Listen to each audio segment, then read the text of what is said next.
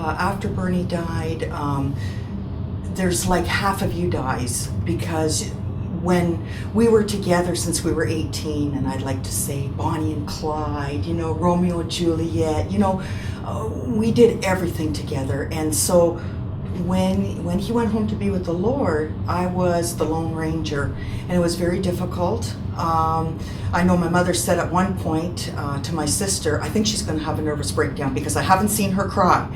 But she didn't see the times I would go home after church, and I was by myself, and I would cry, because everybody was with their husbands and their wives and with their children, and everybody would go home and go do different things, as a family.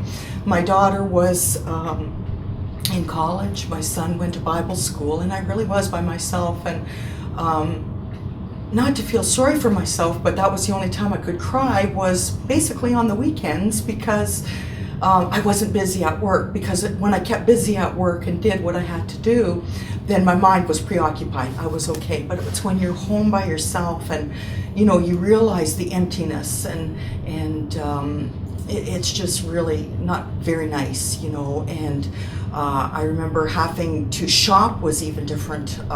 To go grocery shopping, you would cook for 2 people. Now I'm cooking for 1, so why bother?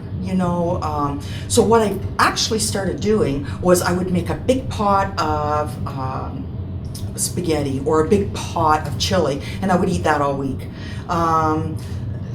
I did things like that, and then finally it was like, what, this just is not even worth it. So I would have, like maybe a toast here, or just something I grab out of the cupboard. So basically what you're doing is you're not eating properly, because, you're by yourself.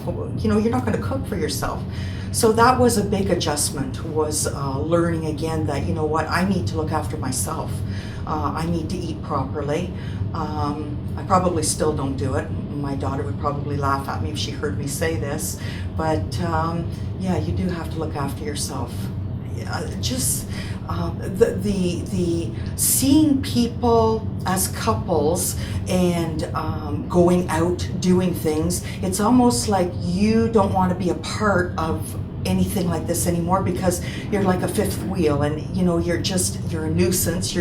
People are going to be polite to you just because you're by yourself, but really they don't want to give you the time of day. So all kinds of crazy things go through your mind, and it's like you don't want to go out, you don't want to feel like you're a burden to anybody, and it's just really awful. But at the same time, I was reading this morning a story about Elijah, and Elijah was feeling sorry for himself, and he was going, oh God, just kill me now, I'm by myself. And God had to say to him, what's your problem? There's 7,000 people just like you. Get with people that are like-minded, get with people that are going through the same thing. Go and do something that makes you feel useful. Just don't be so in a self-pity rut, because it'll eat you up, and you will start to get to the point where you think that people owe you stuff. They don't owe you anything. Get on with your life. Life goes on. If you need to take courses, go take courses. Something that you've always wanted to do that you never did before. You've put on the back burner. Get involved with your church. Go join a ladies group. Go join a gym. Don't allow the enemy to bombard your mind with things that are not true, with things that are going to get you down and wallowing. Don't do it. It's not good. And you are very productive in your life. You've got so much ahead of you. I remember my husband, like I said, died in February. In May, I had found a breast lump, and I had surgery. And I remember my parents were just so beside themselves, because they thought for sure it was cancer, and then I would be gone too. But you know what? It wasn't, and all was well. And I could have taken that and felt sorry for myself, but. It's just another experience, another place for God to show himself strong in your life. But God is so good. So yeah, I went through a lot of heartache after.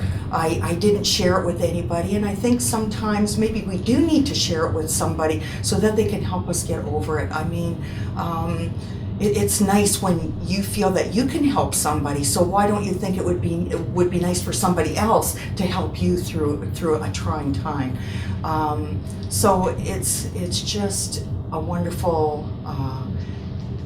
It's wonderful to help somebody, you know. Today, I guess I am strong. I'm very strong in that I do things that I probably would have never thought of doing myself. I will travel by myself, and I don't just mean to the grocery store to get groceries. You know, I will go on missions trips by myself. And it gives you an opportunity just to meet people, you know, and to encourage them. And I look at life now as sometimes a challenge, and I go, can I do it? Yes, I can. I can do it. I can do all things through Christ who strengthens me. You know, He helps me. And if that's the direction that He wants me to go in, then that's where I'm going to go. So I think through life's experiences, it can either kill us or it can cause us to grow and become all that God had intended for us, you know, being happy, being content, being fulfilled. And one day, yes, I would like to get married. It would be wonderful to have somebody that absolutely loves God and absolutely loves me. But you know what? If it doesn't happen, it doesn't happen. That doesn't make me any less of a person. I am a whole person, not a half person. I'm a whole person. And I know that if my husband were going to send me a little message from heaven, he would probably say, you know, why don't you get married, you know? Because I know that if I would have gone first, he would have been married 2 weeks after, you know, because that's just the way it was, you know. Men like to have somebody to be around them, to encourage them, to do things with, you know, but we're strong as women. We can do great things, you know. So I'm looking forward to the adventures in life. I really am.